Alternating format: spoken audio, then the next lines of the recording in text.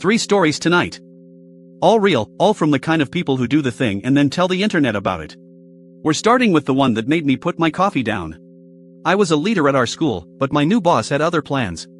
She'd push strategies that focused on students who were almost passing their state tests. I'd ask her to repeat herself, and then check my notes to make sure I got it right. My hearing loss was a real issue, but I managed okay until Tenny came along. Tenny was well liked by staff members, but she had no patience for my accommodations. She'd shout at me in crowded hallways, or just walk away when I asked her to repeat herself. It got to the point where I was making mistakes because of it, and my new boss would get frustrated with me. She told me I was losing my leader position due to inconsistency and disrespect towards colleagues.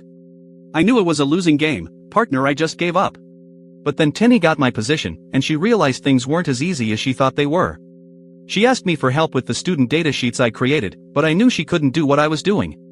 I told her I'd love to teach her how to do it all, but she'd need a stipend to do partner.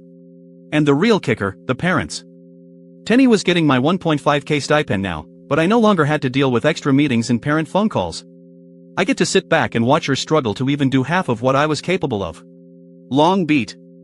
3 weeks earlier, in a different city, a different person was about to make a much worse mistake.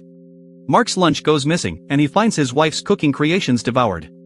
Mark is patient at first, thinking it's just a mistake. But when his lunch disappears for the 3rd time, Mark knows he's dealing with a deliberate thief.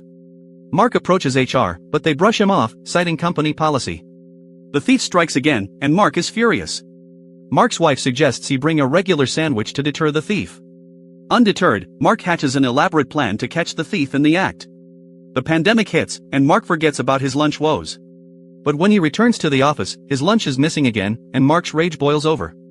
Mark decides to take matters into his own hands by switching the contents of the HR person's lunch bag with his own. The next day, Mark waits in the stairwell, listening for the thief to take the bait. When he hears the HR person's reaction, Mark knows his plan has worked. The thief is caught and exposed in front of the whole office, and Mark finally gets his revenge, and his lunch is back. That was one story. This next one is a separate person entirely, and somehow it gets worse.